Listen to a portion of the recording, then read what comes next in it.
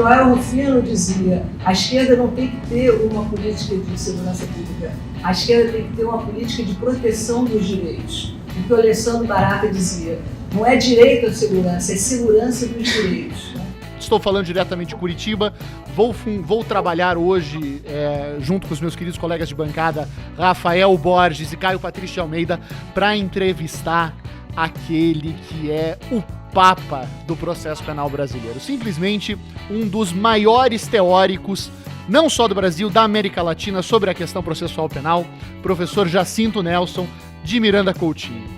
O professor Jacinto titular de processo penal, foi professor titular de processo penal da Universidade Federal do Paraná, da pós-graduação de Ciências Criminais da PUC do Rio Grande do Sul, atualmente, e do mestrado em Direito da Faculdade de Damas. Ele é doutor em Direito Penal e Criminologia pela Università degli Studi di Roma, mestre em Direito pela UFPR, especialista em Filosofia do Direito pela PUC do Paraná. Acho que uma breve apresentação como essa não faz jus à grande figura que é o professor Jacinto, aquele que a todos que conhecemos, todos que tivemos contato com ele, o identificamos como o nosso capo escola, apesar de ele não gostar, né? Ele, na humildade dele, não aceita por vezes essa dominação, mas é certamente um ponto de inspiração para todos nós. Para a gente começar a nossa conversa, eu tenho o prazer de passar a palavra para o meu co-host, o nosso querido Rafael Borges aqui. Valeu, Krug, obrigado. Queria dar uma boa noite para a nossa audiência, falar da minha satisfação de estar aqui novamente nessa live, dar meu boa noite também para o companheiro Caio, que está aí na bancada, e queria dar uma boa noite muito especial para o professor Jacinto, dizer para ele da honra e da enorme satisfação que o Segurança dos Direitos tem em recebê-lo aqui hoje, né? Eu não tenho dúvida nenhuma que esse podcast, esse episódio, vai ficar marcado na história do nosso podcast, né? O professor Jacinto sem dúvida, um gigante da reflexão de direito penal, processo penal e criminologia no Brasil, e vai enriquecer muito esse nosso bate-papo, essa nossa conversa que a gente está fazendo aqui em tempos de pandemia, né? Estamos aqui hoje nesse aprazível ambiente virtual, gravando a segunda live do nosso Segurança dos Direitos, e o 41º episódio do nosso podcast. E com muita satisfação fazendo isso aqui hoje com o professor Jacinto. Bom, professor, eu queria agradecer enormemente a presença do senhor aqui, queria dizer da nossa satisfação de ter o senhor aqui. Espero que o senhor esteja bem, esteja sobrevivendo à quarentena, à pandemia, de maneira legal, bacana, você e todos os seus. Professor, a gente quer falar aqui, nesse podcast hoje, de processo penal, a gente quer falar de dogmática, mas a gente quer falar principalmente de política, porque o senhor, como poucos professores brasileiros o fazem, reconecta e restabelece essas dimensões, a dimensão do processo, a dimensão da dogmática, a dimensão da política, de forma muito inspiradora, né? Eu, em mais de uma ocasião, já escutei, já li o professor falando que qualquer mudança para um sistema verdadeiramente acusatório, ele precisa de algo além do que a simples lei positivada, né? Por várias vezes o senhor falou isso, que não bastava alterações legislativas para a gente realmente inserir o processo penal brasileiro, vamos dizer assim, dentro de um sistema verdadeiramente acusatório. O senhor fala muito na necessidade que se mude a mentalidade inquisitória, né? Para além da mudança legislativa, é preciso mudar a mentalidade inquisitória. Eu queria começar o podcast um pouco com essa pergunta, professor. Como é que funciona isso? Como é que funciona a mudança dessa mentalidade inquisitória? O que o senhor quer dizer quando o senhor fala isso para a gente? Bom, boa noite a todos. Eu, antes de tudo, queria agradecer muito o convite que me fizeram. Todos os meus amigos, o Ricardo, o Caio, você, Rafael, e, enfim, todos os amigos da Segurança do Direito. Dizer que é uma satisfação imensa estar aqui e que fico um tanto intimidado com a alusão com a alusão do Krug de dizer que eu sou cabeça de escola, esse tipo de coisa. Isso é alguma coisa que não cabe para mim. Quer dizer, se tem cabeça... É que não cabe para mim por um motivo. Eu não reconheço ninguém assim. Então, se você não reconhece isso para ninguém, não reconhece isso para ninguém, é porque você também não se sente no lugar. Então, isso parece ser uma coisa tranquila em relação a mim.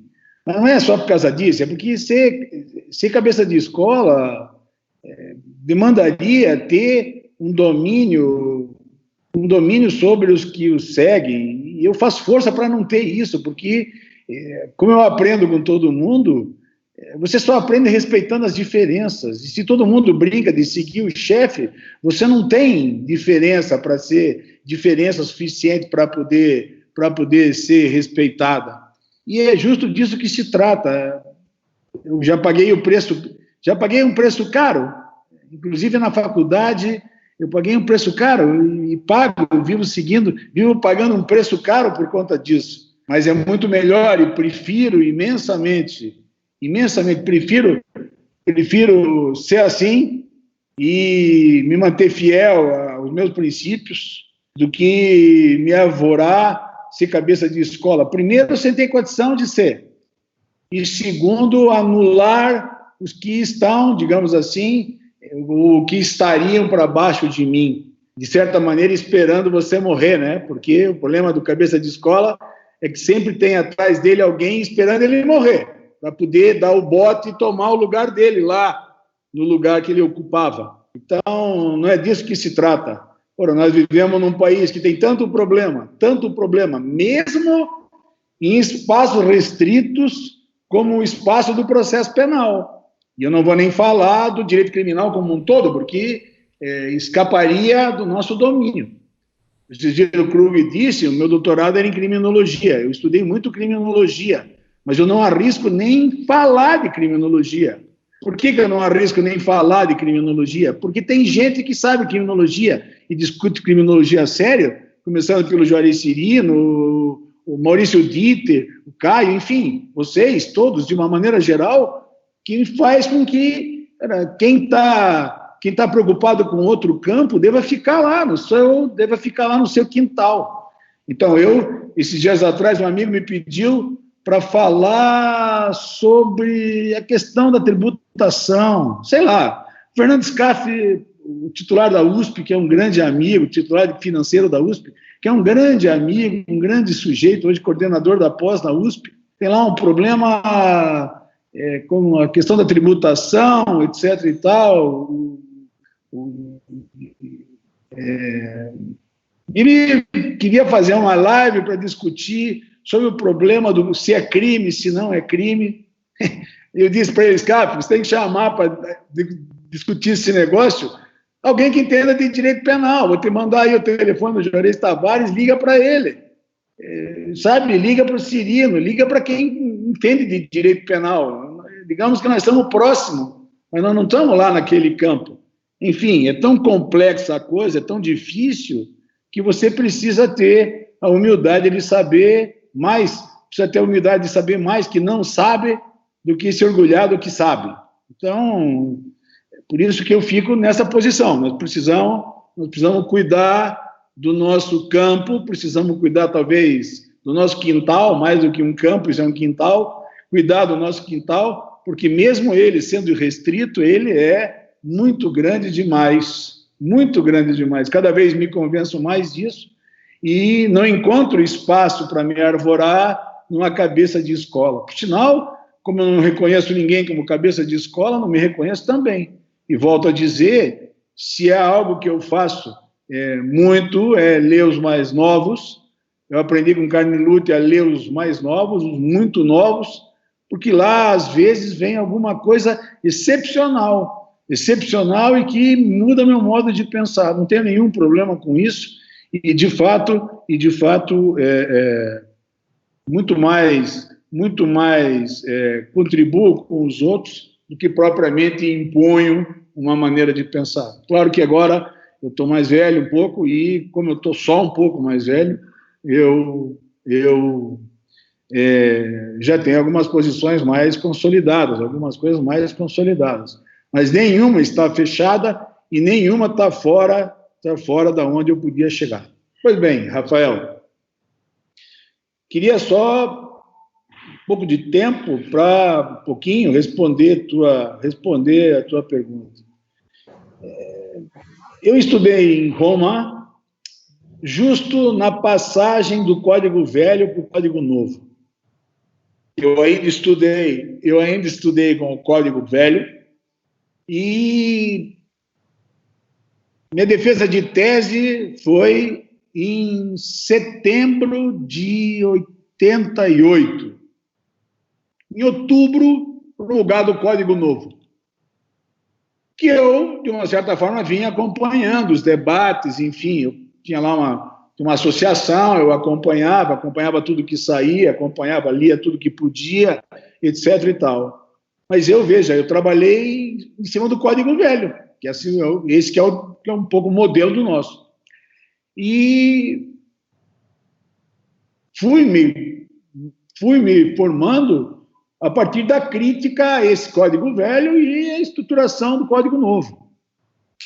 Dentre os meus professores, um grande professor de Direito Penal, e meu foi professor de Direito Penal Econômico, um grande advogado italiano que chama Franco Coppi.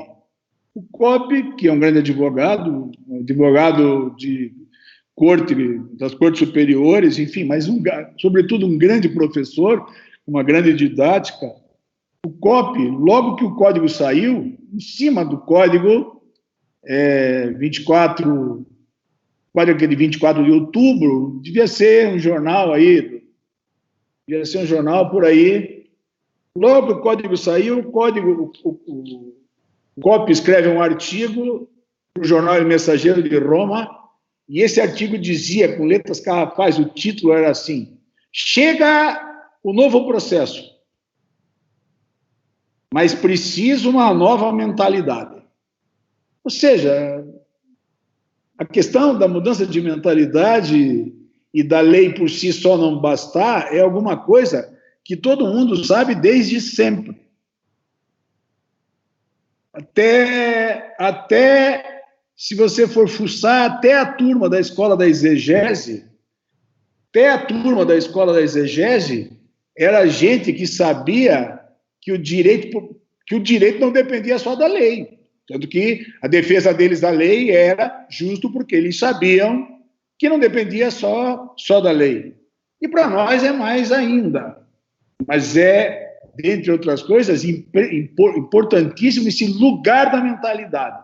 Você vê que nós temos um observatório aqui em Curitiba, o professor Marco Nunes, que é o presidente, enfim, dos quais o Léo de Paula, nosso colega de grupo, o Camilim Poli, o Giovanni Villa, estruturão é a diretoria. Mas o observatório é um observatório da mentalidade inquisitória. Veja que a preocupação é toda com a mentalidade inquisitória. Evidentemente que não basta mudar a lei. Você muda a lei, deixa os homens com a cabeça que eles têm, eles vão continuar fazendo a mesma coisa que sempre fizeram. Só que é preciso botar na cabeça uma coisa, e que me parece é uma coisa muito importante aqui. O que é? É que nós, desde sempre, desde 1500, quando eles atropelaram os índios, a nossa estrutura é uma estrutura inquisitorial. Ordenações afoncinas, depois ordenações manuelinas até 1603, ordenações filipinas até o Código de 1832, e por aí vai. Eu podia ficar falando desse negócio um montão. Mas com uma característica, todas essas leis, todas essas estruturas, e depois o Código de 41, que é essa coisa que é tomada, digamos assim, a visão do Código Italiano de 30, do Código Rocco, mas que, por sua vez, já era o Código Zanardelli, Finucchiaro Aprile, e, sabe, já está a base do Estatuto Albertino, que vai desembocar lá no Código de Napoleão, de 1808. Se é assim, sendo certo que no Código de Napoleão, a prevalência que resultou foi das ordonanças crime dela de 1670 de Luís XIV, só isso já serve para mostrar que toda essa estrutura é uma estrutura inquisitorial. Toda essa estrutura é a mesma estrutura e, portanto, que tem o mesmo espírito da Inquisição. Então, eu diria, talvez até fosse válido, por mais que o Guto Jobim não goste, fosse válido falar de que tem uma cultura inquisitória. Depende de como, claro, depende de como você conceitua a cultura. Mas se isso é duvidoso, não há nenhuma dúvida que a mentalidade é inquisitória. Mas atenção, a mentalidade que é inquisitória é a nossa. Ou a nossa. Eu estou falando nossa e apontando o dedo para mim. Eu, você. Você olha para o lado, todo mundo é assim. Todo mundo pensa assim. Todo mundo foi formado assim. Se vocês conversarem com um dos grandes gênios do direito brasileiro, que é o Juarez Tavares, o professor dele, Atos Moraes de Castro Veloso, era um inquisitorial, era um aspas, era alguém inquisidor. O professor de todos nós foi assim. E, claro, naturalmente, você tende a acompanhar o teu professor. Não era nem por mal, era porque isso passa de um para o outro. Isso vai passando de geração para geração. Ou seja, o que é, porém, necessário fazer é que quando você sai do estudo das leis, quando você sai do estudo rasteiro da dogmática, quando você mergulha e aprofunda uma estrutura teórica e vai bater lá na base dela para cobrar os fundamentos que ela tem, logo o que você faz é identificar quais são os pressupostos que a sustentam e depois como ela está organizada. Quais são as condições de possibilidade que ela tem. Portanto, quando você bate nesse lugar, logo você vê que aquilo não vai. Ao contrário, que aquilo, na verdade, o que fez foi estruturar gente que pensa mal aquilo. E, portanto, é necessário mudar. Para mudar, principalmente porque a lei continua sendo, se não a única, mas talvez a nossa fonte máxima de referência, não é nem a melhor, mas talvez a fonte máxima de referência. E o que acontece? Muda a lei, mas se você não mudar as pessoas, elas continuam fazendo a mesma coisa que elas sempre fizeram. Se vê essa lei do Natal, a 13.964, de 2019, essa lei traz o juiz das garantias. Vocês acham que se não mudar a mentalidade, o juiz das garantias, quando vier, vai ser diferente do juiz de custódia de hoje? Ou seja, ou eles se dão conta de que é de outra coisa que se trata, porque aquilo está enunciado para ser alguma coisa fundada na estrutura acusatória, como o artigo 3A diz, ou vai mudar muito pouco.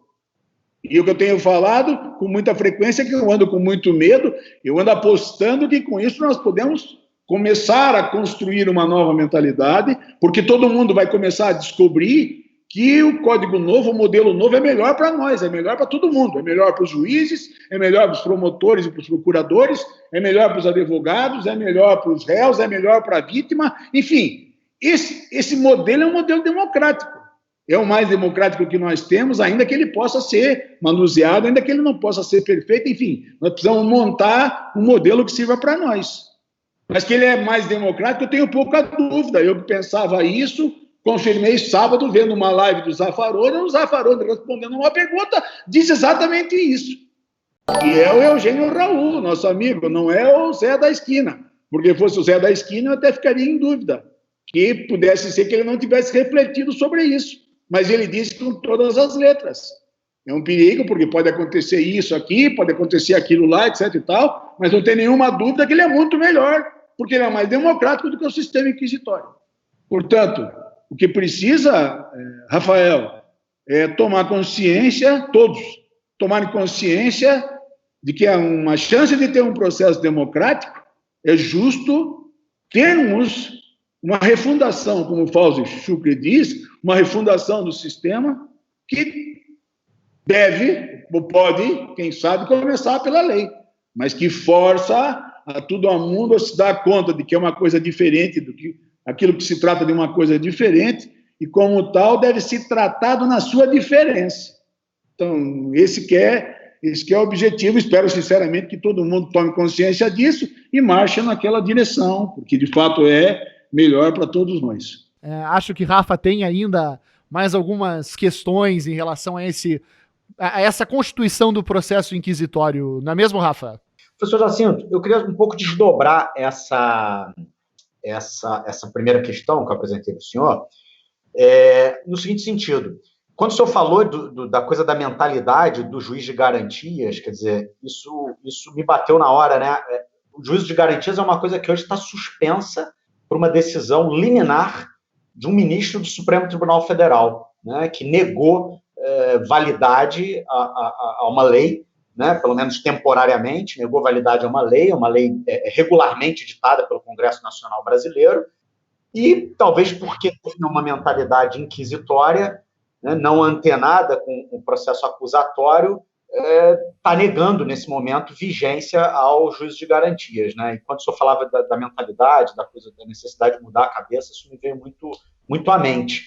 Mas eu queria perguntar para o senhor também o seguinte: o senhor costuma dizer que a escolha do sistema, né, se é um sistema acusatório ou se é um sistema inquisitório, o senhor costuma dizer que essa escolha é sempre política, né? Afinal de contas, ou o juiz é um sujeito inerte no processo, ou ele é um buscador de provas, ou ele é alguém que vai ali tentar encontrar as evidências, tentar encontrar as provas daquilo que ele está apurando, né? Isso diz que entre uma coisa ou outra, você tem ali uma escolha política. Eu queria entender isso, em que medida que essa escolha é mesmo uma escolha de natureza política? E como é que a ideologia ela exerce influência sobre essa escolha? Né? De que forma que a ideologia influencia essa escolha, que no final de contas ela é política, entre um processo de matriz inquisitória ou um processo de matriz acusatória? Isso é uma grande pergunta e que precisaria muito tempo para responder. Eu vou fazer força para colocar dentro de um trilho, vamos dizer assim. O mundo conhece dois sistemas, um sistema acusatório e um sistema inquisitório. Eles nasceram mais ou menos no mesmo tempo. A diferença é que o sistema inquisitório nasce no seio da Igreja Católica e fundado na base do pensamento aristotélico, coloca no criminoso, no autor do crime, ou naquele indicado como autor do crime, naturalmente seguindo Aristóteles, coloca o lugar da verdade e trata de buscar a verdade dele. Isso eles fizeram no começo, fazendo as pessoas confessarem. Uma vez por ano, todo mundo tinha que confessar. Depois, confessar, que eu digo, é a confissão religiosa na igreja. Isso veio do Quarto Concílio de Latrão em 1215, e era uma forma fantástica, porque é uma forma genial que a igreja encontrou de ter o domínio do mundo. A igreja foi ter o domínio do mundo, não pelo que o mundo fazia de bom, mas pelo que o mundo fazia de mal. Tudo que se fazia de ruim, todo mundo confessava para os padres, e eles sabiam, não o que estava acontecendo de bom na sociedade, mas o que acontecia de mal. Simples assim. Então, ainda que não fosse um sacramento, porque só no Concílio de Trento, em 1453, isso vira um sacramento, a confissão vem no Quarto Concílio de Latrão como a grande chave do Concílio de Latrão, com outras besteiras que eles trabalharam em Latrão em 1215. Comando era de Inocêncio III, mas veja, isso faz com que o acusado fosse ele, principalmente porque eles estavam perseguindo as heresias, fosse ele indicado como o senhor da verdade, do qual se deveria retirar a verdade. Ele deveria confessar espontaneamente. E se ele confessa espontaneamente, veja que jogada genial, se ele confessa espontaneamente, como acontece com o padre quando você vai confessar na igreja, ele não te condena, ele te absolve. Então a confissão leva à absolvição dos pecados. É por isso que vai aparecer a penitência na penitenciária, a penitência penitenciária. Vai purgar a pena. Enfim, aí a gente entende essa situação. A mim, do ponto de vista processual, aqui vale uma menção. Quando eles estruturam tecnicamente a Inquisição, por uma bula de Gregório IX, em 1231, o que vem fora é uma estrutura que, desdizendo a estrutura que o Tardo Romano tinha deixado, de um processo como um ato de 3 partes, o juiz, o autor e o réu, o réu e o juiz, eles eliminam a acusação. O processo inquisitorial lá da base elimina a acusação. Não tem mais acusação. Então, aquilo que diz o actum trium personarum, iudicis actori, foi-se o autor. Não tem.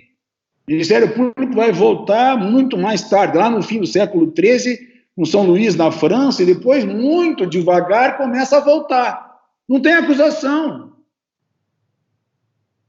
Basta você ter uma ideia do que eu estou falando, a importância disso no tempo.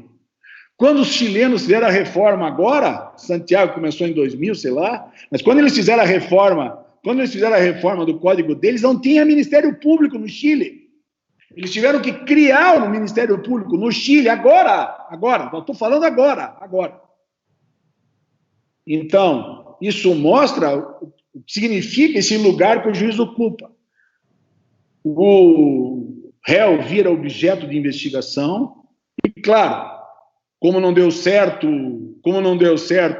aquilo que eles pensavam que ia dar, que era convencer as pessoas a espontaneamente confessarem, e não deu certo porque as pessoas confessavam e eles perdoavam, digamos assim, do ponto de vista teológico. Mas depois mandavam para a justiça comum, e na justiça comum eles condenavam, e se fosse porque a heresia foi comparada ao crime de lesa majestade, por uma bula de 1199, de Inocêncio III.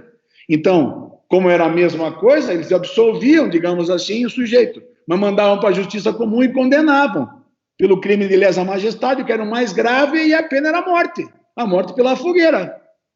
E aí, quando eles começaram a botar os caras na fogueira, ninguém mais, ou outras penas tão graves, ninguém mais queria confessar, todo mundo ficava calado. E por isso que numa bula de 1252 nasce a tortura, ou volta à tortura. Volta à tortura. Franco Cordeiro diz a vergonha do gênero humano, né? Porque quando você precisa usar da tortura para extrair uma confissão é porque você não tem cabeça suficiente para chegar no lugar onde você precisa chegar, sem o uso da violência física ou psíquica. Ora, veja, olhem o lugar que o juiz ocupa, então, a força que esse cara tem, tamanho da força que ele tem. Tudo somado, depois, passado tudo, evidentemente,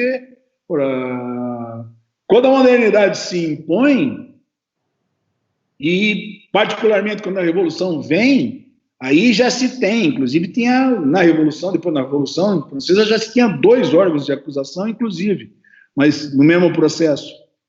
Um como Ministério Público, outro como Procurador do Rei. Mas isso era só um faz de conta de que você meio que equilibrava. O lugar de poder do juiz ficou lá e está lá até hoje. Todo mundo já andou por um processo onde a acusação é fraca, ou se não comparecem nas audiências, fazem uma alegação final qualquer. Hoje está melhor, porque o Ministério Público está mais consciente do seu papel. Mas teve um tempo que a coisa ali andava meio assim. Não raro, os advogados também não davam muita bola, e o juiz tocava tudo sozinho, velho. Todo mundo sabe disso, eu vivi isso aos montes. Aos montes eu vivi isso. Mas isso só mostra o lugar que o juiz ocupa no processo. O que está por trás disso é que ele, juiz, como acusado é objeto de investigação, e ele, que sendo objeto de investigação, é por excelência o lugar da verdade. Veja como pesa a filosofia aristotélica aí. Ele é o lugar da verdade, é dele que é preciso se extrair a confissão. Por isso que quando eles começam a não confessar, vem a tortura, para extrair a confissão dele. Então, desde esse ponto de vista, o lugar do juiz é, por excelência, o lugar de ir buscar a verdade. O juiz é o que se impulsiona para a verdade. Isso, de um lado, é uma coisa genial, e genial porque, com ele, você antecipa a decisão, você antecipa o resultado. Ora, se o juiz vai buscar a verdade e ele, digamos assim, pode decidir sobre ela antes, o que ele vai fazer, no fundo, é testar a decisão que ele já tomou. Então, desde esse ponto de vista, fica fácil, de uma certa forma, entender como, em certos processos, por exemplo, mesmo se você não é proprietário do apartamento, você vai condenado por ele. Que tal? Ou seja, é possível, veja como é possível construir, nós temos infinitos exemplos de como é possível construir crimes, construir autores dos crimes, condenar essas pessoas, enfim, é sempre um problema, mas o problema está vinculado diretamente a esse fato de que você permite ao juiz sair, digamos, do lugar que é por excelência o lugar dele, que é acertar o caso penal, dizer se alguém deve ser punido ou não punido por um crime que tenha cometido, com toda a estrutura que o arcabouço penal fornece, num processo devido, se tira o juiz desse lugar e dá a ele, deixa a ele, como faz o nosso código, a possibilidade de, em qualquer instante, ir lá buscar o conhecimento que ele quiser, aspas, a verdade que ele quiser. E ele vai lá atrás. Só que para ir lá atrás, ele precisa tomar uma decisão. E não raro essa decisão passa a ser a decisão final do processo. Isso para os juízes, eu imagino, não é uma coisa boa. Eu fui presidente de várias comissões de processo quando eu era procurador e sou sincero em dizer que não me era confortável esse lugar, ou seja, o lugar de que eu me colocava a pensar por isso ou por aquilo, pelo que disse uma testemunha ou outra, que eu me colocava a pensar se um fulano era culpado ou não. Eu não me sentia bem, porque sempre me vinha a ideia de que eu não devia decidir em face daquilo. Mas, na mesma hora, eu dizia para mim mesmo que eu não tinha como fazer diferente daquilo, porque se o sujeito me dizia alguma coisa, eu acreditando naquilo, eu pensava diante daquilo. Então, veja, nesse aspecto, você tem uma estrutura de processo que é toda assim, o juiz do centro do processo. O juiz é o centro do processo e ele não só tem que julgar o caso, como ele pode decidir antes. É tudo isso que a gente observa no nosso sistema que não está correto. E não está correto não propriamente porque o que se faz para nós não é correto em relação a esse ponto. É porque no outro sistema, basicamente, não é assim. O outro sistema, que é o sistema acusatório, que os ingleses fundaram a partir das invasões francesas em 1066, mas que principalmente Henrique II se desenvolveu, é um processo eminentemente de partes, do qual o modelo básico, ou pelo menos o principal, é o modelo do júri, que em 1166, por um writ para Clarendon, trial by jury, veio. E, de consequência, aquilo demonstrou logo pela própria arquitetônica do julgamento, que o representante do rei, o juiz que se colocava como representante do rei, estava numa posição, equidistante entre o que alguém acusava e entre alguém que defendia. Ele controlava, ele fazia a polícia como representante do rei, fazia a polícia do julgamento, e os pares decidiam. Isso na Inglaterra foi um negócio genial, né? Porque os pares decidiam. Quando os pares decidiam condenando, o rei condenava. Quando os pares decidiam absolvendo, o rei absolvia, e logo o rei não errava nunca, porque o rei julgava com o povo. Para os franceses que estavam lá e nem falavam inglês direito, quando falavam, imagina como aquilo cativou o povo, não é? Como aquilo puxou os ingleses. Mas isso que eles forjaram com o júri, diante de um modelo que eles já tinham desde muito antes, desde Carlos Magno, etc. e tal, da época de Carlos Magno, isso estruturou um modelo diferenciado.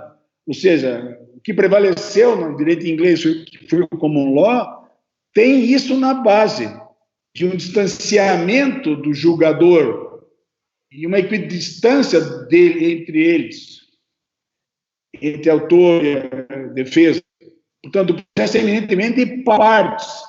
Isso obriga que você tenha que trabalhar com as provas que elas trazem. Mas elas, para trazerem as provas, de regra, eles precisam estar livres.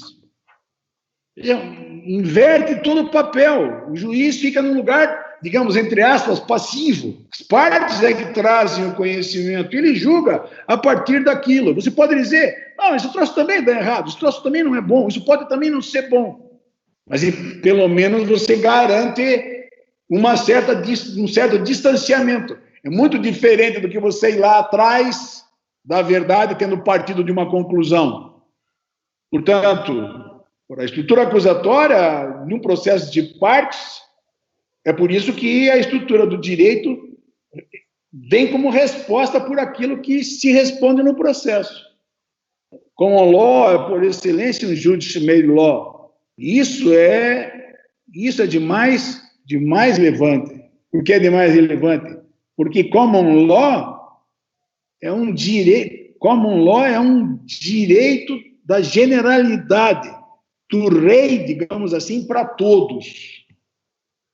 Não tem nada a ver com o ius comune do direito europeu continental. Common law é essa estrutura que o rei fornece de processo. Por isso, na estrutura do direito inglês e os sucessores, remit, precede, right. Por isso que a estrutura processual é sempre o centro das atenções, é nela que está o centro das atenções. Agora, e o direito material é aquele que se expressa em face dos locais. É por isso que, para eles, depende da situação, se decide diferente. Agora está mais generalizado, né, por conta da comunicação, mas se decidia diferente em face dos costumes locais. Enfim, isso mostra o distanciamento do juiz. É o lugar que você coloca o lugar. Que lugar que você coloca o juiz? Para poder fechar isso, Rafael. Esse lugar de distanciamento é o lugar por excelência que a nossa Constituição de 88 dá para o lugar do juiz. A principiologia está estampada nas regras da Constituição.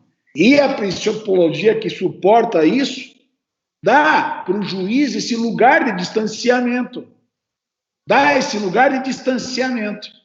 Tira o juiz do lugar do inquisidor, tira o juiz do lugar central, do lugar de senhor do processo e dá esse protagonismo para as partes. Então, isso é fundamental. Aí é que está o ponto de mudança, aí é que está o ponto de compreensão. Só que isso é preciso entender, quer dizer, é preciso que as pessoas se deem conta de que não é uma mudança qualquer, é uma mudança muito, muito, muito, muito importante que deve ser entendida. E deve ser incorporada, eu diria, deve ser introjetada. Introjetada. Sobretudo, os juízes precisam compreender que o lugar que eles devem ocupar, que é o lugar que a Constituição dá a eles, é, por excelência, um lugar de julgamento, de assentamento dos casos penais, de julgamento dos conflitos. O juiz deve dizer o direito. Estou seguindo a conceituação de que eu vendo, mas o juiz deve dizer o direito. Para o caso concreto, então, é isso que importa na função do juiz, é para isso que ele tem poder. O resto é secundário. É por isso que, numa estrutura acusatória, o juiz está dedicado quase full time a julgar os casos. Por isso que a estrutura acusatória Se funda na oralidade. É por isso que tudo se passa em audiência, é por isso que não tem papel, é por isso que tudo se passa em audiências. O procedimento deles tem basicamente 3 audiências, mas cada vez que alguém tiver alguma coisa intercorrente, pede uma audiência e vai falar com o juiz lá sobre o que quer.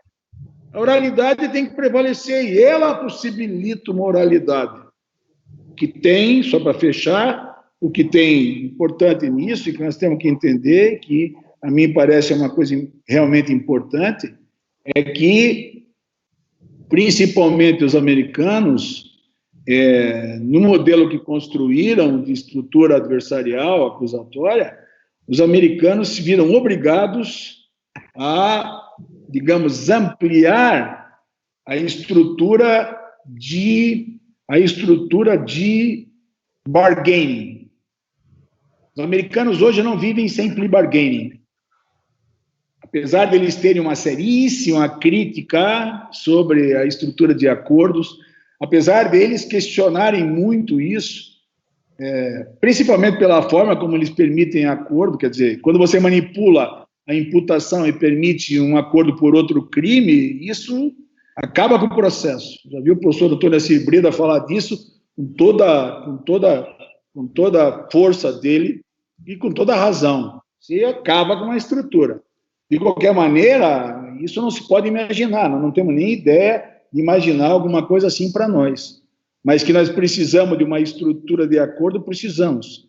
Só que ela precisa ser praticada de uma maneira que se possa, através dela, se fazer justiça. E isso é alguma coisa que é preciso entender bem, muito bem.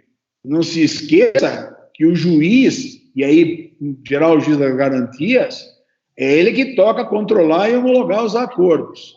Mas a estrutura de negociação vai se dar entre acusação e defesa, principalmente entre o Ministério Público e a defesa, e para nós, em geral, a Defensoria Pública, os advogados ativos. É preciso que, então, todo mundo tenha consciência disso. O Ministério Público que precisa chegar numa estrutura de resposta penal que, veja, conforme a lei natalina, conforme a lei do Natal, não é para ser de prisão.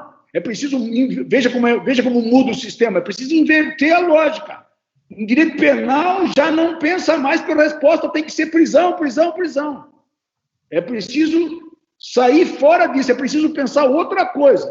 Eu tenho insistentemente falado nisso porque é preciso construir uma ideia de que o direito penal não deve servir só para botar gente na cadeia, que é um pouco a ideia que nós temos hoje. Hoje nós estamos com uma ideia de que se você passar perto da porta de alguém que cometeu um crime, arrisca você ser enleado no negócio e ir para prisão, porque tudo é prisão. Não. Todo o esforço é para não levar para a prisão, até porque nós nem temos mais lugar, não tem, enfim. Prisão no Brasil é estado de coisas inconstitucional, até o Supremo já disse isso. Logo, precisamos botar na cabeça, nós temos que meter na cabeça, nós precisamos botar na cabeça que o processo penal, a estrutura do processo penal, entre aspas, uma instrumentalidade assim, que serve para se poder processar os casos e decidir se condena ou não condena, essa estrutura é uma estrutura onde a discussão sobre prisão é uma discussão que deve ficar para os grandes casos e que, para o resto, se deve pensar detalhadamente sobre outras sanções. Eu disse que vi o Zaffaroni falando sábado, ele volta a insistir no fato de que há décadas já se falava muito de descriminalização e despenalização. Nós temos que parar, nós precisamos parar. Agora, para fazer um negócio desse, precisa chamar os grandes penalistas, tem que chamar o Tavares, chamar o Cirino, chamar o Dieter, chamar toda essa gente, o Bosa, o Leonardo Yaroshevsky, chamar gente que entende de direito penal, para ir lá, o Jackson, para ir lá, dar um jeito nesse negócio, porque é absolutamente necessário construir um direito penal do qual a resposta não seja só prisão. Ora, isso, na estrutura acusatória, pode ser um caos. Porque, de repente, se tudo vira acordo, não esqueça disso, né? Tudo tende lá para baixo, não esqueça que é menos de 4 anos, né, de mínima. Para baixo, tudo tende a virar acordo, se tiver condição. E aí é preciso botar na cabeça que o acordo é para não prender. O acordo é para ser, eventualmente, aplicada uma sanção que ajude a resgatar. Se tem alguma chance de resgatar, o sujeito por si, mas fora da prisão. Ou seja, se vai resgatar, isso é outra conversa que nós temos que ter por outro ambiente, outro momento. Mas que com a prisão não dá. Então, ponto. É disso que se trata. Portanto, veja como não é uma mudança qualquer, né? É um outro sistema que, desde esse ponto de vista, se isso for levado a sério, for bem estudado, e principalmente o Ministério Público pensar no imenso papel que tem a respeito desse ponto, de fato, nós temos chance de deixar o processo para os grandes casos, vamos dizer, entre aspas. Grandes casos que no sistema acusatório vai alcançar todos. A vantagem dessa estrutura em ser constitucionalizada é que a isonomia vale. E, portanto, ela está dedicada a ir buscar todo mundo que comete crime. Não é essa fraude que nós temos agora, que faz de conta, que pega um ou outro, mas a grande massa passa. E eu não vou nem falar mais do que falar do homicídio, porque cada vez que eu vejo que de 10 homicídios, 9 não são apurados, isso para mim basta. Basta discutir o sistema que nós temos, basta discutir que justiça que nós temos. Porque se de 10, 9 não se apura, eu não vou nem falar dos crimes mais lá do andar de cima. Então, desde esse ponto de vista, nós precisamos ter muita consciência de que necessitamos de um direito penal diferenciado. Mas hoje ainda eu falava com o Juarez Tavares e o pessoal, Flávio Cruz e tal, num grupo que nós temos, e ele mandou uma coisa sensacional, escrita por uma professora espanhola, Maria Carmen Alosteido Bon, e a mulher sustenta na maior cara dura que é possível ampliar, não vou ler, mas que é possível ampliar a punição sobre a corrupção privada, a tipificação da corrupção privada, e passa batida na corrupção privada, explicando a corrupção privada, o que era necessário, o que não é necessário. Ela diz aquilo como se aquilo fosse alguma coisa que não dissesse nada a ela. Você cria lá o crime, seja lá com ele qual for, e para mim tá bom. Eu vou explicar que tá bom. Ou seja, todo esse recrudescimento do direito penal é preciso inverter a ordem. Tudo o contrário, o que eu estou dizendo é o contrário disso. É preciso que você olhe para isso e diga: isso aqui é alguma coisa absurda, isso aqui é alguma coisa abusiva, porque isso aqui é um risco muito grande por A, por B, por C, por D, é um risco muito grande você pensar na hipótese de um crime como esse. Agora, se os penalistas, na verdade, acham que tudo que se faz está bom, por sinal eu estou falando isso porque eu tenho falado, porque eu tenho visto nesse pacote anticrime, principalmente em relação àquilo que tem de direito penal e de execução penal, eu não me meto a falar, mas cada vez que eu leio alguma coisa lá, eu fico com urticária, porque se eu sou penalista, eu tava triturando aquele negócio, e a execução penal nem se fala, porque eu não sei o que se salva de constitucionalidade naquele negócio. E, no entanto, veja, já se presta a gente começar a explicar aquilo, enfim, incorpora aquilo sem se discutir nada, começando pela constitucionalidade, né, passa batido. E se você leva para discutir, porque constitucionalidade abstrata hoje é um negócio, tem que esperar para o Ministério Público. Uma vez na mão da OAB, que devia estar presente todo dia para fazer isso, e, digamos assim, o controle difuso, menos ainda, porque você quer discutir constitucionalidade embaixo é muito mais complicado. Enfim, Rafael, desculpa não ter me alongado, mas tem uns troços que não tem jeito, tem que falar. Essa live está fluindo muito bem, maravilhosamente bem, porque a gente basta lançar 2, 3, 4 palavras-chave e o senhor dá uma aula, dá uma lição sobre os temas. A audiência está interagindo com a gente. Quando o senhor fala aí sobre a questão da justiça negocial, o senhor já até contemplou uma das questões que foram trazidas aí no nosso chat ao vivo por um dos nossos ouvintes, o Márcio Berclass. E eu dizia que eu queria aproveitar um pouco essa multidisciplinariedade, essa capacidade que o senhor tem de articular saberes tão distintos, e passar a palavra para o Caio, que a gente vai um pouco navegar por águas um pouco diferentes do processo penal. Caio, está contigo aí. Boa noite, Rafael. Boa noite, Krug. É um prazer estar aqui com vocês. Boa noite, professor Jacinto. Estou encantado de poder participar desse programa com a sua presença. Eu sei que o senhor tem essa resistência em encabeçar uma escola crítica do processo penal, mas acho que, para além de qualquer dúvida, nós podemos dizer que o senhor é um dos fundadores desse pensamento crítico no processo penal brasileiro.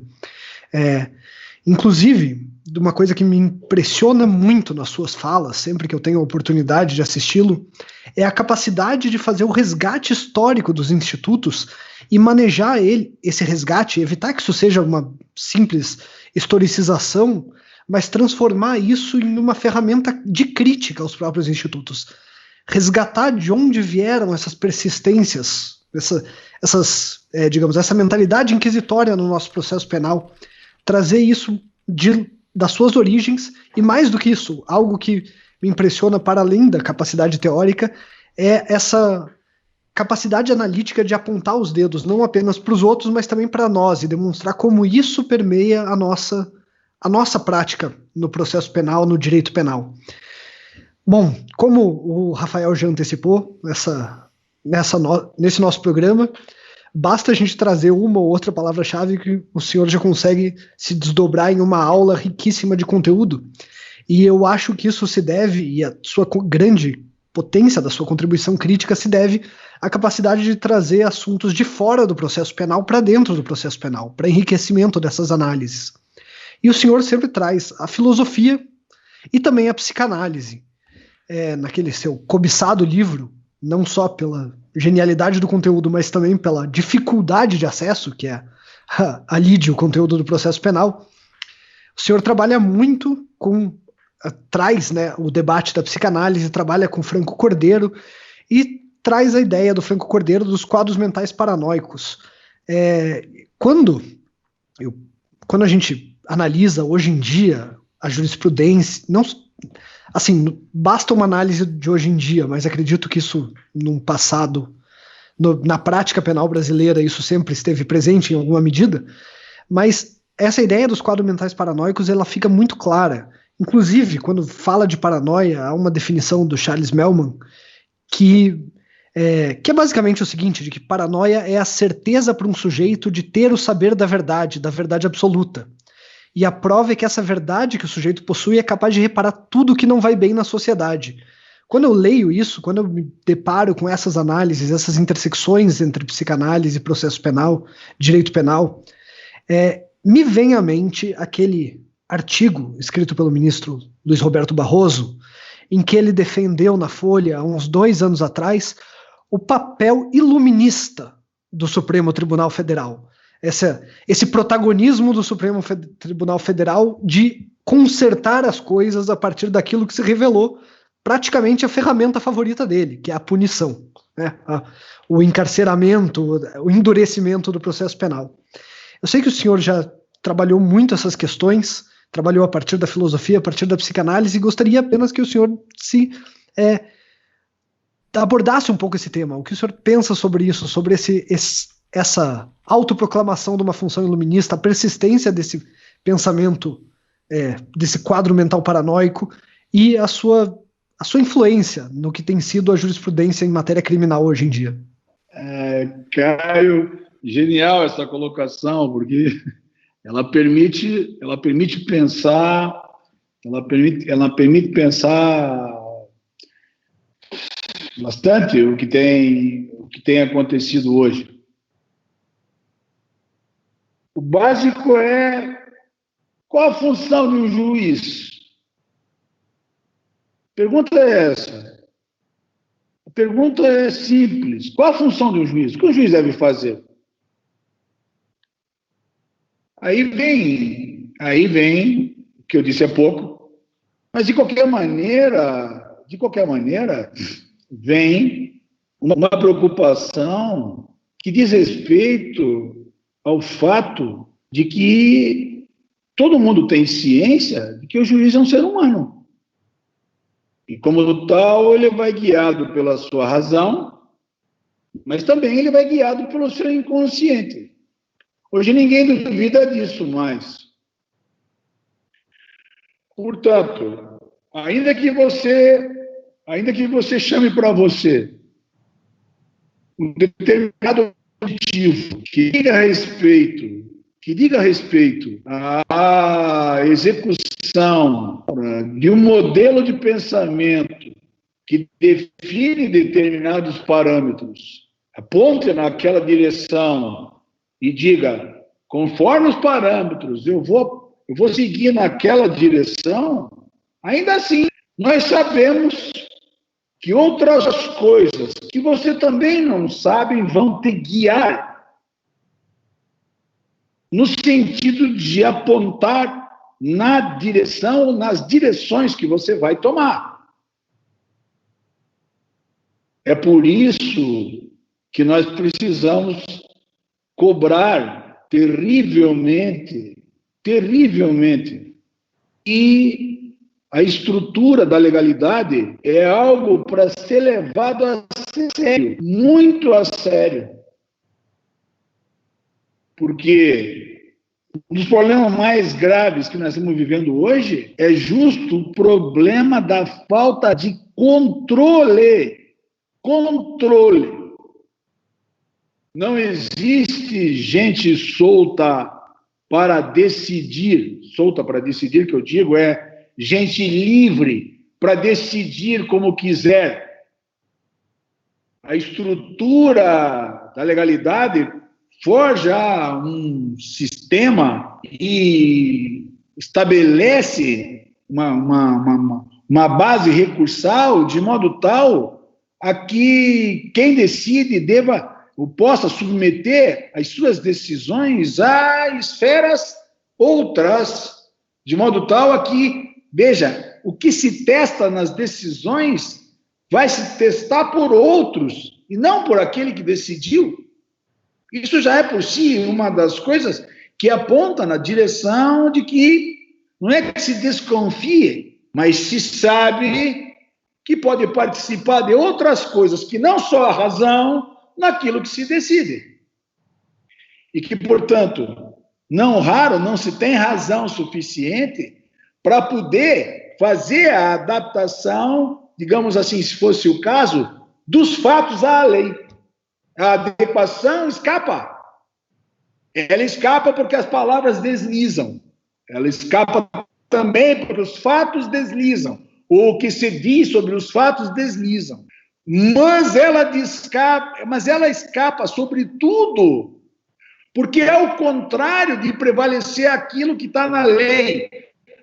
Ainda que sempre limite a interpretação, tem se feito uma enorme força para como que tirar aquilo de lá, tirar a capa da legalidade como se ela fosse uma névoa, tirar aquilo de lá e fazer incidir outras coisas, principalmente a moral, quando não, o puro inconsciente. Nessas horas, o que fala? A moral?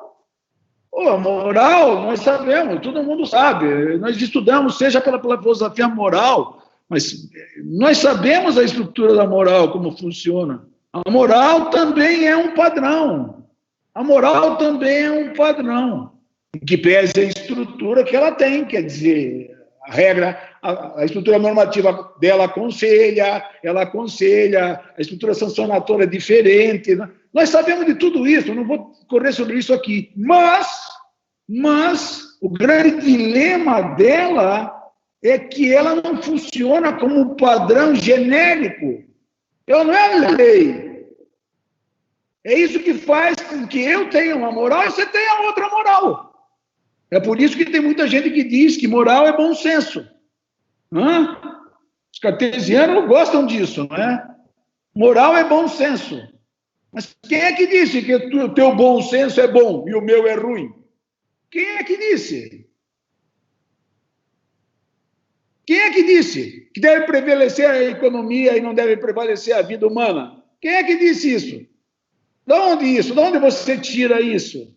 Que desculpa você usa para usar um argumento assim? Isso é só o começo. Isso é só o começo. Porque isso mostra que nós, hoje, um dos sérios problemas que nós estamos vivendo é que, de repente, você permite que as pessoas julguem conforme a cabeça delas, em face da moral que é essencialmente delas, ainda que se possam justificar, mas que é delas. Não raro, atenção, hein? Não raro, todos muito bem intencionados. Muito bem intencionados. Nada é mais bem intencionado do que um salvador da pátria. Todos muito bem intencionados. Mas quem disse que aquela boa intenção é a que serve para nós? Quem disse isso? Mas é justamente por conta disso é que nós largamos mão da moral. É justamente por conta disso que nós abandonamos a moral. Ou melhor, é justamente por conta disso que nós deixamos a moral lá e pegamos a moral, as bases da moral, e enfiamos no direito. A estrutura normativa vem estabelecida em face daquilo que nós pensamos de bem e de mal. O que é que você reprova como conduta? Ou seja, isso é um negócio primário, isso é alguma coisa que se aprende no primeiro ano de direito penal. Ou seja, se é algo que a gente não quer, é justamente isso. Por mais que você respeite os caras, você não quer que se julgue pela cabeça deles. Meu irmão faz um esforço para julgar conforme a lei. Respeita o que está escrito na Constituição. Se lá está dito que a prisão é só depois do trânsito em julgado, você sabe o que é trânsito em julgado. Não diga para mim que você não sabe o que é trânsito em julgado. Não tente manipular isso nós sabemos há muito tempo. A história da resjudicata nós sabemos há muito tempo, nós sabemos que é trânsito em julgado. Vai se danar, porra. Eu não quero saber o que você acha disso. Eu não quero saber o que você acha disso. Eu quero que você cumpra a lei, eu quero que você cumpra a Constituição.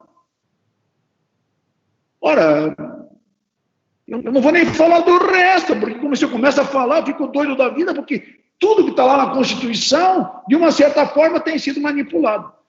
Mas o mais grave parece não é só o fato de que você permite manipular, é que se não tem controlado. Se você não controla, a tendência é as pessoas lá de baixo, em vendo que se não controla, fazerem o que quiserem. Então, quando você me diz, professor, esses dias me perguntaram isso, professor, 42% dos presos são provisórios. Nunca foi assim no Brasil. Você responde como? Tem alguma coisa errada nisso. E, de consequência, se está errado, tem que ter controle, porque estão prendendo quem não deve estar preso. Se tem uma estrutura legal que aponta na direção de não prender quem não deve estar preso. Então, para isso, tem que ter controle. Mas se você não controla, os caras continuam fazendo. O exemplo que eu usei para mostrar isso foi quando os americanos bateram o martelo na prova ilícita. A discussão é extremamente interessante, porque alguém disse, não, porque é um absurdo, porque nós chegamos onde a gente quer, nós chegamos na verdade, e porque nós chegamos na verdade, nós somos uma sociedade que preserva a verdade. A contestação foi na outra direção, e disse, não. É exatamente isso. Não é o problema de onde você chega, é o que você faz para chegar. Você precisa dizer que não pode fazer, que é para chegarem lá por outro caminho, pelo caminho da licitude, não pelo caminho da ilicitude. Você não tem que torturar para o cara te dizer a verdade, você tem que chegar na verdade, entre aspas, chegar na verdade pelo caminho da licitude. Não existe democracia na ilicitude. Ou seja, a posição, veja como interessante isso, né? A posição que os americanos tomaram em relação à prova de lei é justamente para isso, para dizer lá embaixo, para a turma lá de baixo, que não fizesse errado. Não faz errado porque eu não vou passar a mão na tua cabeça. Se você fizer errado, eu vou acabar com tudo isso, eu vou anular tudo isso. Ah, mas chegou não chegou em coisa nenhuma, não existe. Tira do processo essa prova. Por isso que está escrito no código que tem que desentranhar. E aí ficamos nós peleando, porque ficam fazendo tudo que se pode para poder deixar lá a coisa. Como se os fins justificassem os meios. Mas vejam como isso é uma concepção da onde? Do controle. É preciso ter controle. Mas quem está no último patamar do controle, no caso do Supremo Tribunal Federal, é o responsável maior. É preciso que eles tenham consciência disso. Muito do naufrágio do país se deve à falta de controle. E à falta de controle deles, principalmente. Deles. Eles deviam estar dizendo para todo... Hoje, eles deviam estar dizendo para todo mundo: a Constituição é que vale. O que está na Constituição vai ser cumprido, porque a chance de termos uma democracia é justo com a Constituição.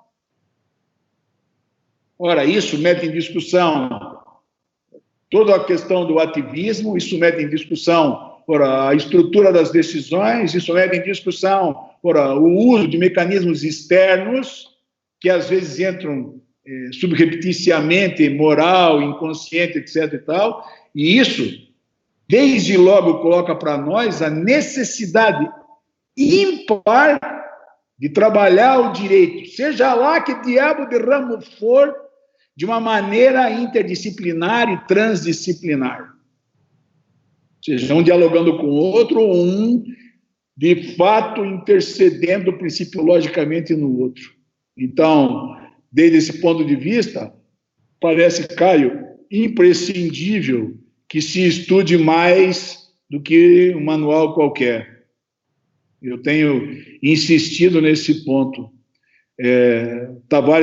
O Tavares tem dito que está cansado da dogmática, que eu preciso reconhecer que é muito difícil. O dilema é que nós não temos saída. A dogmática não é uma coisa a qual a gente queira ou não queira, ela está lá. Então, se ela está lá, nós precisamos tratar de fazer uma dogmática que possa oferecer uma base diferenciada de transformação. Portanto, é preciso que seja uma dogmática crítica. Que não dá é para fazer uma dogmática como a dessa professora da Espanha, que respalda ela e um monte de gente aqui no Brasil, que adora fazer isso.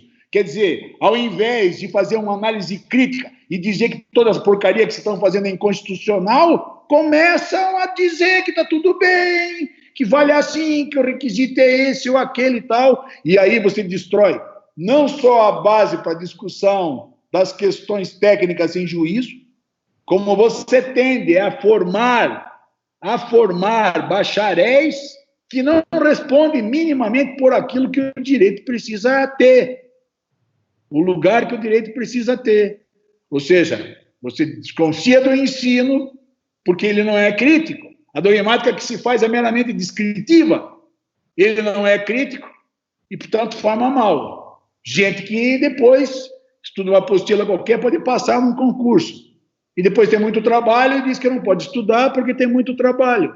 Então, veja como é relevante isso, como é importante isso, como é importante abrir o campo, abrir os campos e entender que o nosso é importante, muito importante, talvez imprescindível, mas ele só vai tomado na medida certa quando ele é tomado dentro daquilo que pode ser, eu diria, no meu modo de ver, um meio termo entre o que se possa pensar da filosofia e da psicanálise. Senão nós andamos sempre muito mal. É isso aí, Caio. Professor, agradeço muito a sua exposição sobre isso. Acho que é uma sensação acalentadora dentro do possível sentir que alguém tão importante para o desenvolvimento do processo penal brasileiro compartilha dessas angústias e também se depara com esse desafio e essa frustração diante do exercício do sistema de justiça penal brasileiro como um todo. E nesse contexto, aproveitando o gancho do que o senhor falou, me parece extremamente relevante fazer uma doutrina crítica no processo penal. Eu queria saber do senhor o que significa fazer uma teoria crítica do processo penal hoje e como que isso se encaixa na sua ideia, nos seus dizeres de uma crítica da crítica. A provocação é basicamente essa. Como fazer uma teoria crítica no processo penal hoje e como tentar potencializar essa crítica para que, de alguma forma, ela permeie essa prática jurídica que segue essa função iluminista na qual não há nenhum controle daqueles que tomam as decisões. Depende da posição que você tenha sobre o sentido da dogmática, mas eu continuo usando o conceito de Sayer, de que a descrição das regras como base e daquilo que se faz no direito. Portanto, a estrutura, toda a ligação da estrutura fática, de como ela vai descrito. E isso não fazemos só quem faz doutrina, quem faz jurisprudência, enfim, faz os professores, faz todo mundo. O dilema está justo na forma como você faz isso. Como você trabalha as teorias que discutem as bases legais? Qual teoria que se deve adotar ou não se deve adotar? Pois é. Desde esse ponto de vista, a primeira coisa básica é assim: é imprescindível saber direito. Isso parece uma brincadeira. Parece que eu estou zombando das pessoas. Não estou zombando, não. Eu estou falando sério. É imprescindível, por exemplo, que um professor de processo penal saiba processo penal. Como é imprescindível que um professor de direito penal saiba direito penal.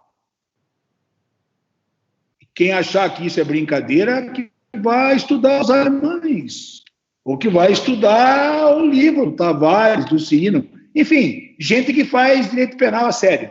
Vai lá estudar. Estuda bem, porém, não é saber por saber, é saber.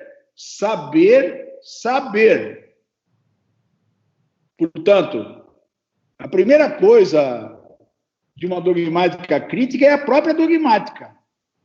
Quem entra no meio dela para fazer dogmática, precisa tomar consciência do lugar que ocupa. Esse lugar é o lugar onde salta as disciplinas que dá. Se há alguma coisa que me espanta profundamente, é como muitas pessoas que eu conheçam, dão aula de direito penal, processo penal, criminologia, execução penal, direito civil, direito tributário. Eu cada vez penso mais que não sei processo penal, que preciso estudar processo penal. Estou aqui trancado em São Luís do Purunã, estou aqui trancado estudando processo penal. Para estudar processo penal, preciso saber filosofia, preciso saber um pouco de psicanálise, preciso saber dessas coisas que me auxiliam, mas, sobretudo, eu preciso saber processo penal. Esses dias nós vimos uma live do Maurício Dieter, e ele falava da criminologia, dos criminólogos, enfim, dos professores de criminologia, de quem quer estudar com ele, e ele disse lá pelas tantas: eu tenho dito para as pessoas que, se quiserem vir estudar comigo e para saber criminologia, né, o Krug, Mancha Negra, tem que estudar 50 páginas por dia, no mínimo. E quando nós fomos no pescoço do Krug para dizer: cadê o mestrado, Krug? Ele disse: não, estou me preparando. Ou seja, ele estava fazendo isso, de estudar as 50 páginas no mínimo por dia, que é aquilo que o Maurício acha que é o mínimo. Quer dizer, quantas é por dia, eu não sei. O que eu sei é que sem estudar não dá. Não dá. E é preciso ter a humildade de dizer que não sabe. Portanto, dogmático é alguma coisa que faz quem tem um domínio daquela estrutura que vai apresentar. Aquilo que você apresenta, aquilo que você descreve, é alguma coisa que você tem que dominar, porque você não tem como discutir, não temos como discutir processo se você não sabe os vínculos dos elementos que estão lá. Eu falava esses dias e dizia, cada vez que você mexe na imputação, você mexe na coisa julgada. Ora, tem todo o arco do processo nisso. Mas que ligação tem isso? Olha, quando você fala disso, está mexendo naquilo. Mas você tem que saber no que mexe. É preciso saber disso.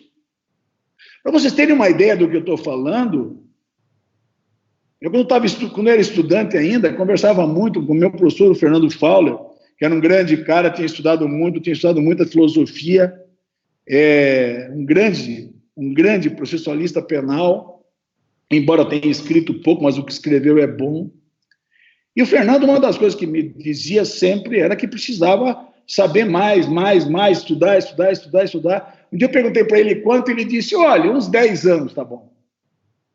E eu, na medida em que fui crescendo, eu fui vendo que era pouco.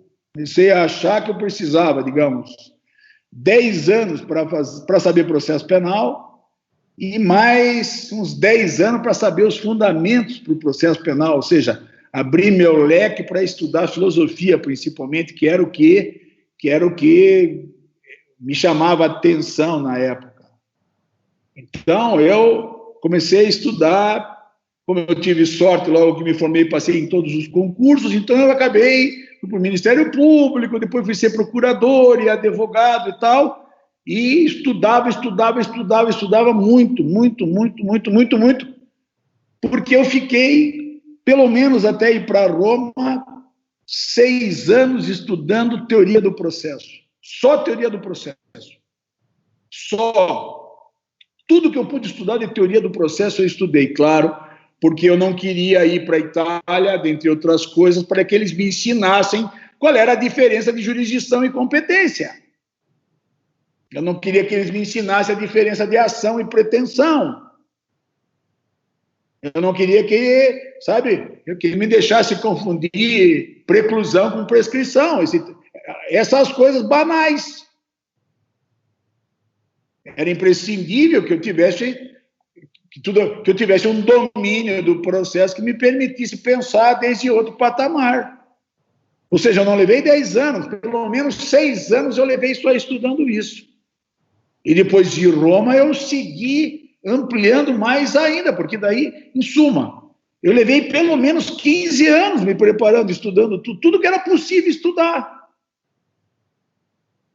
Aí é que eu vim a entender, a partir de alguns autores, sei lá, Coelho, Cirino, enfim, que era imprescindível não só descrever as coisas do direito, era imprescindível transformar aquilo que se tem no direito. Sabe o que é isso? A undécima frase de Marx sobre Feuerbach. Até hoje, ele falava dos filósofos, né? Até hoje os filósofos descreveram o mundo. É preciso transformá-lo. Ora, toda crítica só é crítica. Primeiro, quando ela tem fundamento. Quer dizer, você sabe o que está criticando, e critica por dentro e não por fora. Não basta ficar desde fora atirando pedra no telhado. Então é preciso entrar dentro, para saber do que ele está falando. Isso é a primeira coisa. Mas aquilo que você faz não deve ser só a crítica pela crítica. Não basta uma estrutura zetética. É preciso que ela tenha, por finalidade, uma transformação. É preciso transformar. É preciso transformar o direito num direito transformador. Quando você fala alguma coisa, é preciso que você pense que aquele modo de fazer, aquele modo de agir, aquele modo de divulgar, aquele modo de ensinar vai transformar. É por isso que um professor, seja lá de que cadeira, mas eu particularmente sempre me dei essa missão, imaginei que formando gente crítica estava formando cidadãos, porque estava formando gente que ia atuar para fundar a cidadania, levar a cidadania para aqueles que cidadania não têm. Ora, como você faz isso se você é um insosso? Como você faz isso se você é um insosso? Se para você tudo vale? Se para você qualquer tipo que bota em vigor, você vai descrever, criando um requisito daqui, um requisito de lá, enfim, para tapar o buraco. Ora, diga, você tem cabimento uma coisa dessa? Então, nessa hora, o que a gente pensa, o que a gente vê, é que de fato é imprescindível estudar. Claro que quanto mais você estuda, mais você percebe que tem mais coisa para estudar. Eu uso sempre um exemplo que Carnelutti usou numa conferência em Montevidéu, em 56, que a mim soa como genial.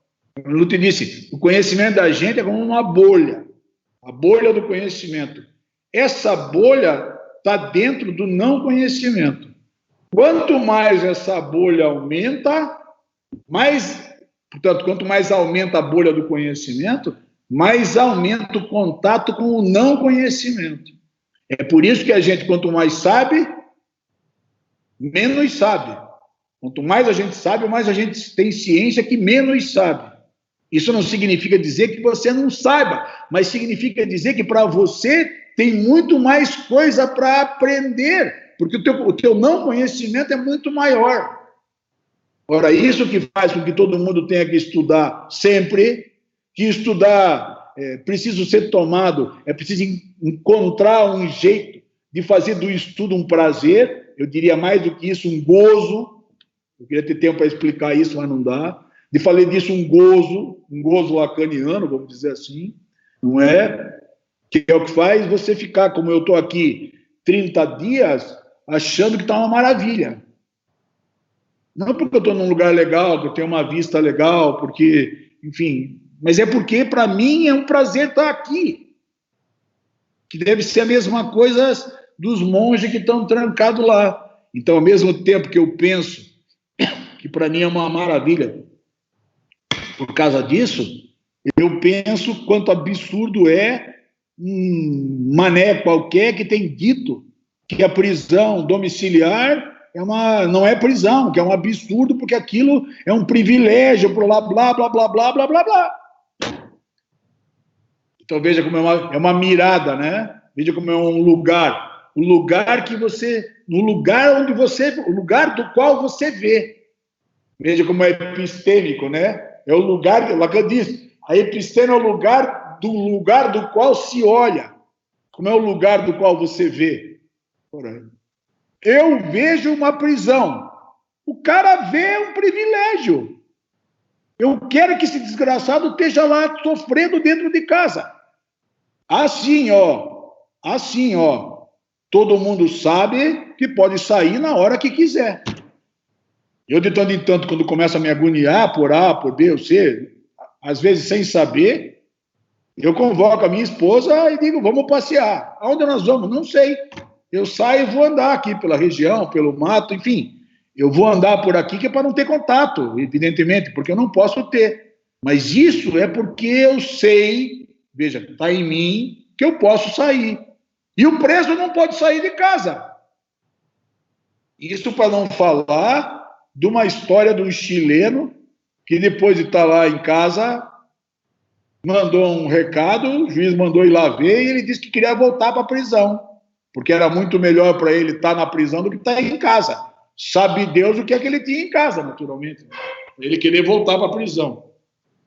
Enfim, é isso aí, cara. Professor, agradeço suas colocações, essa postura, essa seriedade acadêmica, ela, além de ser inspiradora, é algo que é bastante marcante em toda a sua contribuição teórica.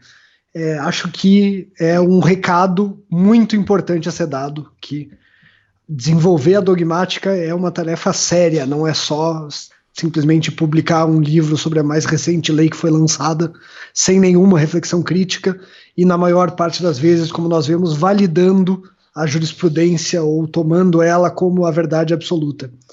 Agradeço muito a sua resposta, foi algo que me satisfez imensamente, era exatamente isso que, em alguma medida, eu ansiava por ouvir. E aproveito para passar a palavra agora para o Ricardo Krug. Ricardo, é contigo.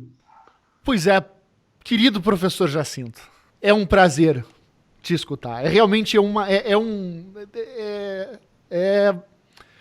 experiência única, porque, né, além do passado de judoca, né, e de uma preferência por ternos brancos em datas festivas, né, tem muita coisa que as pessoas não conhecem sobre quem é Jacinto Nelson de Miranda Coutinho, né? Não só o professor Jacinto, né, mas sobre a sua história, né? E pra gente ir se encaminhando para o encerramento desse programa, né, eu acho que esse é um excelente momento para a gente tratar isso, porque, né, uma das coisas que muita gente não sabe é que, por exemplo, o professor começou a sua carreira no Ministério Público, né, e que desde então o senhor passou por muita coisa, né, e é como o professor disse, há um preço a ser pago para compreender as coisas de verdade, né? Não é você ler 50 páginas num dia, talvez,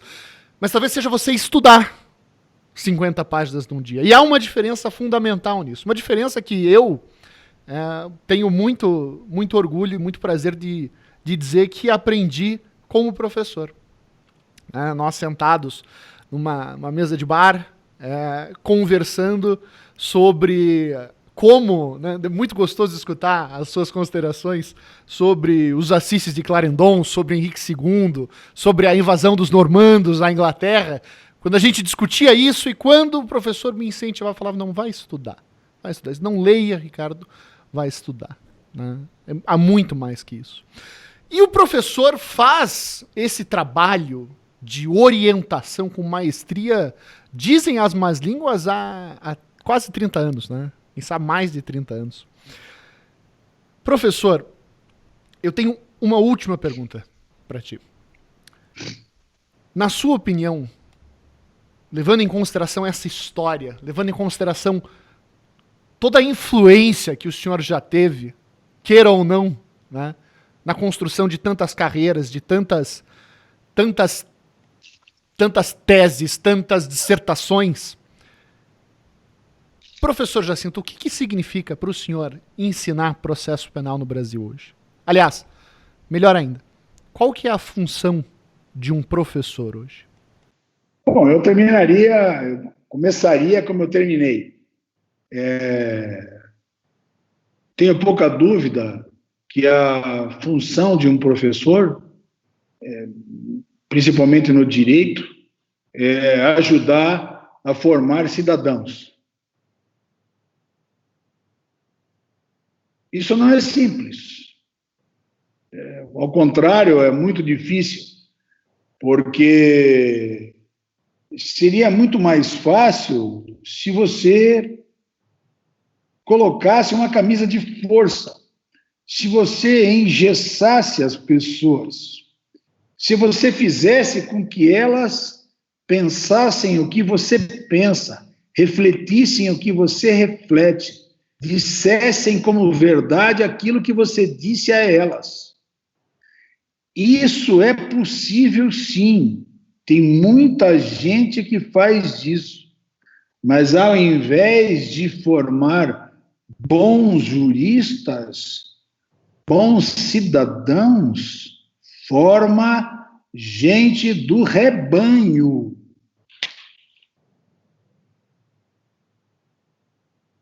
Formar um cidadão é justo formar alguém que pensa por si e que faz da sua diferença o seu modo de ser no mundo, conforme as regras que estão estabelecidas.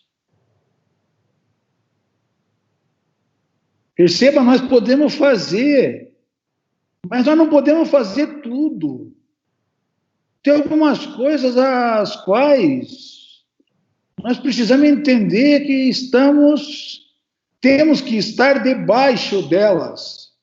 Temos estruturas normativas, tem alguns padrões debaixo dos quais nós temos que estar. A nossa liberdade é uma liberdade que está determinada, quando está determinada, debaixo de. E claro, Isso para não falar que o nosso comando é um comando que nos empurra sempre para a satisfação e quase que invariavelmente trombamos para a realidade. Estou falando da disputa do princípio do prazer com o princípio da realidade em Freud. Ou seja, isso não significa dizer que nós não possamos fazer o nosso, ou ter o nosso prazer, mas nós não podemos ter todo o nosso prazer. Ora, é isso que faz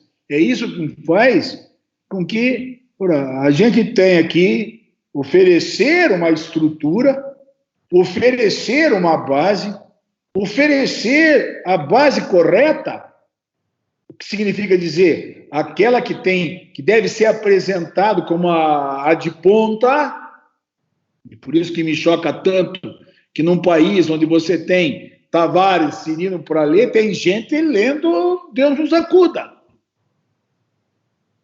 Então, é preciso oferecer a base, é preciso oferecer o que se tem de ponta, o que se tem de melhor, e mostrar como se pensa ali.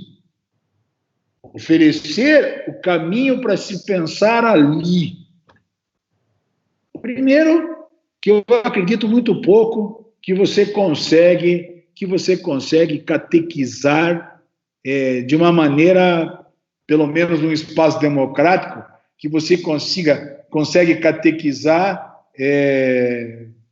consegue catequizar enganando as pessoas. Se engana por um tempo, mas não se engana sempre.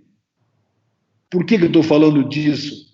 Porque se você quiser construir cidadãos, se você quiser construir cidadania, você tem que construir gente que pense criticamente, que pense por si,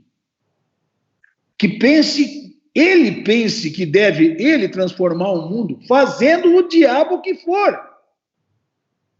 O sujeito pode ser garçom e transformar o mundo, o sujeito pode ser proprietário de bar e transformar o mundo. Todo mundo tem essa missão,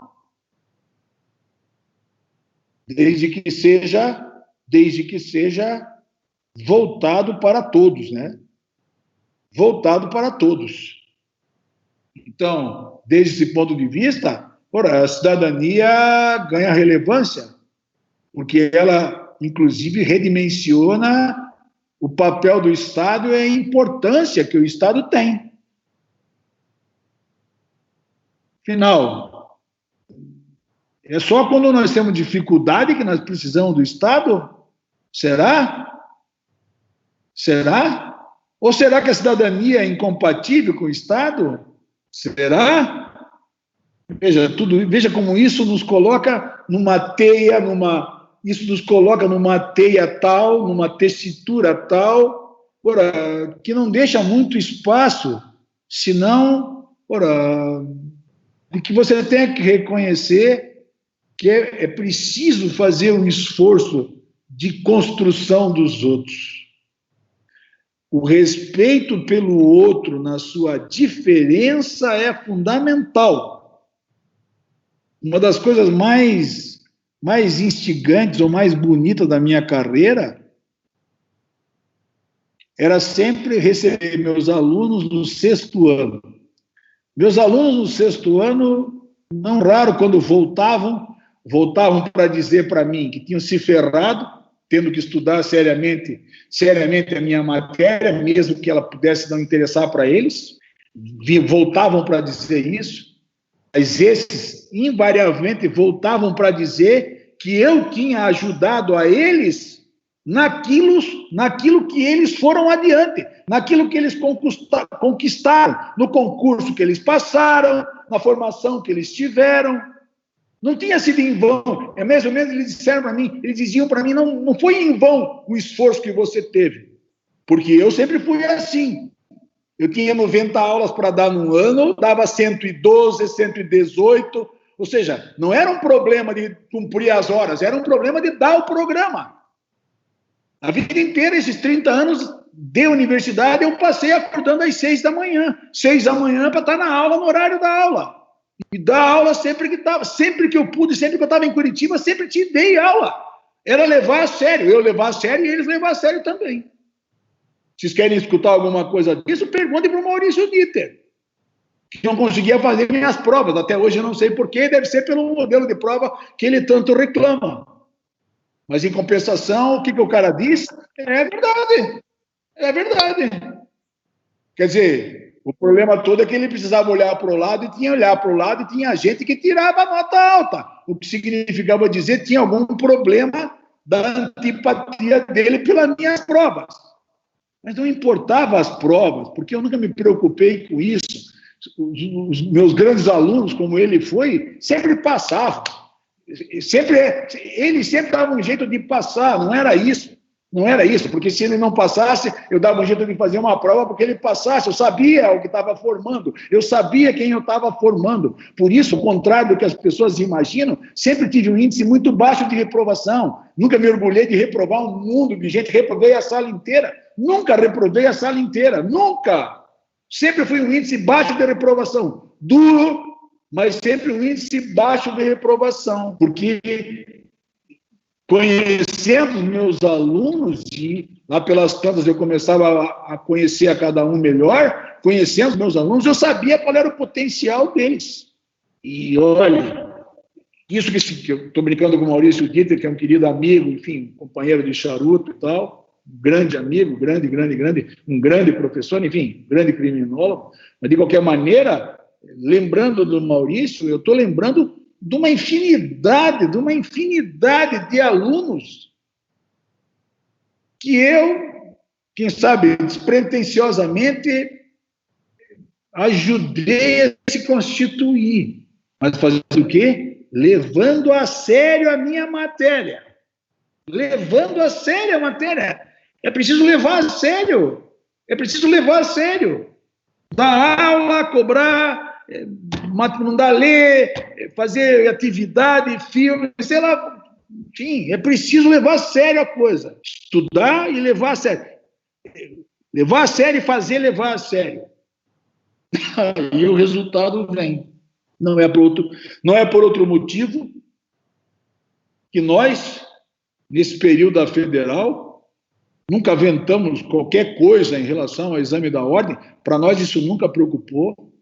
E nunca tivemos nenhuma taxa abaixo de 80% de aprovação. Agora, tem a turma lá que eu dava aula de processo penal, o Cirino dava aula de direito penal. Os caras podiam não querer saber de direito penal nem de processo penal, mas uma vez eles não estudaram processo penal e direito penal. Entre outras coisas, porque isso ajudava lá nas outras matérias, enfim.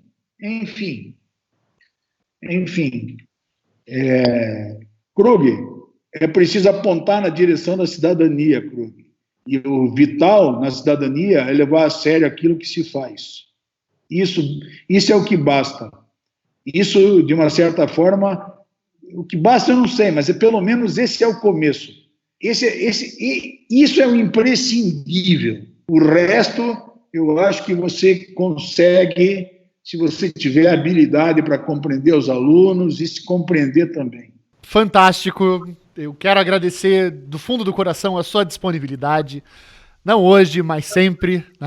É um prazer estar aqui a partir da equipe do Introcrim, a partir da equipe do Segurança dos Direitos, lhe escutando. Realmente fantástico. É fantástica essa experiência. Para a gente encerrar aí, acho que os meus colegas de bancada também querem fazer um breve agradecimento. Caio, contigo. Professor, foi incrível, foi um dos melhores programas dos quais eu tive a honra de participar. É sempre muito acalentador, muito bom sentir amparo nessas angústias, poder compartilhar um pouco de todas essas dificuldades que nós estamos vivendo elas. E acho que as suas colocações nesse sentido foram todas sensacionais. Agradeço também ao Rafael, ao Ricardo, foi um programa sem dúvida muito bom. Rafa, contigo. Beleza. Queria agradecer ao Caio, ao Krug, por terem me acompanhado aí nesse episódio de hoje. Queria agradecer a nossa audiência, que foi muitíssimo ativa aqui no YouTube. Dizer que este episódio será devidamente empacotado e colocado na forma de um podcast. Estará em breve disponível a todos vocês nos canais de áudio do Segurança dos Direitos, como vocês sabem, Spotify, SoundCloud, no próprio YouTube, enfim, vocês vão poder revisitar esse episódio quando vocês quiserem. E queria agradecer enormemente ao professor Jacinto, dizer da minha satisfação de ouvi-lo ao vivo, né? Quer dizer, quando a gente se depara com essas figuras assim que inspiram tanto a nossa reflexão sobre o processo penal, e eu sou um leitor voraz de tudo que o professor Jacinto escreve, quando a gente se depara e tem a oportunidade de estabelecer esse diálogo, é uma satisfação incrível, é uma satisfação enorme, e incrível ouvir sobre processo, sobre dogmática, sobre democracia, sobre psicanálise, tudo ao mesmo tempo, tudo a partir de uma mesma boca, tudo a partir de uma mesma cabeça, e é isso que nos anima a seguir em frente, é isso que nos anima a continuar estudando direito, né? Porque num momento como esse, em que o país vive esse surto autoritário amedrontador, quer dizer, é difícil ver sentido no estudo do direito, mas com aulas como essa que o professor Jacinto nos deu, a gente fica revigorado, a gente fica reenergizado e, enfim, vale a pena a luta, vale a pena ocupar a trincheira. Professor, muito obrigado mesmo pela essa oportunidade. Fantástico, meus caros. E com isso nós encerramos mais um programa do Segurança dos Direitos. Vocês podem nos encontrar nas plataformas de áudio, como o Rafael já falou, SoundCloud, Spotify, Deezer e não sei mais quantas, né, pelo iTunes também. Não se esqueçam de se inscrever tanto no canal do Introcrim quanto nas plataformas do Segurança dos Direitos. Foi um prazer tê-los aqui. Uma ótima noite.